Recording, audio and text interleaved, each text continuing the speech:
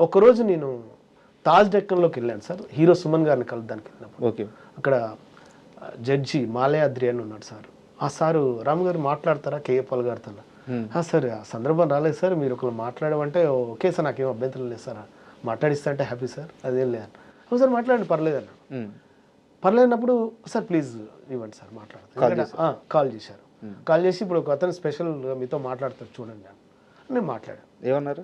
నేను ఫస్ట్ సార్తో మాట్లాడటం ముందే సార్ నేను రాము సార్, ముందు మీరు నన్ను క్షమించాలి సార్ అని చెప్పాను. అడిగారా? అడిగాను సార్ 100%. ఎందుకంటే సార్ మీ రూపంలో నాకు ఒక క్యారెక్టర్ వచ్చింది సార్, ఆ క్యారెక్టర్ ఆర్జీవ్ సార్ నాకు ఇచ్చారు సార్, నా పనిని నేను చేశానన్న ఫీల్లో ఉన్నాను సార్. కాబట్టి అది మీకు కృతజ్ఞత చెప్పుకుంటున్నాను సార్, అదేవిధంగా ఆర్జీవ్ సార్ కూడా కృతజ్ఞత చెప్పుకుంటున్నాను. నేను నా పని నేను చేసుకుంటూ వెళ్తున్నాను, అంతే తప్పితే ఒక ఇబ్బంది పెట్టే వ్యక్తిత్వం కాదు సార్ అని చెప్పాను. సార్ కూడా ఏది సీరియస్గా తీసుకోవాలి, ఓకే ఓకే అని చెప్పాను అంతే. ఏమన్నారు? అస్సలు క్యాజువల్ ఓకే ఓకే అన్నాడు అంతే, ప్రాబ్లం లేదన్నట్టుగా. కాకపోతే ఆ సార్ పక్కన పనిచేసే కొంతమంది నాకు తెలిసిన ఫ్రెండ్స్ ఉన్నారు, వాళ్ళు ఆల్రెడీ ప్రజెంట్ చేశారు నా గురించి.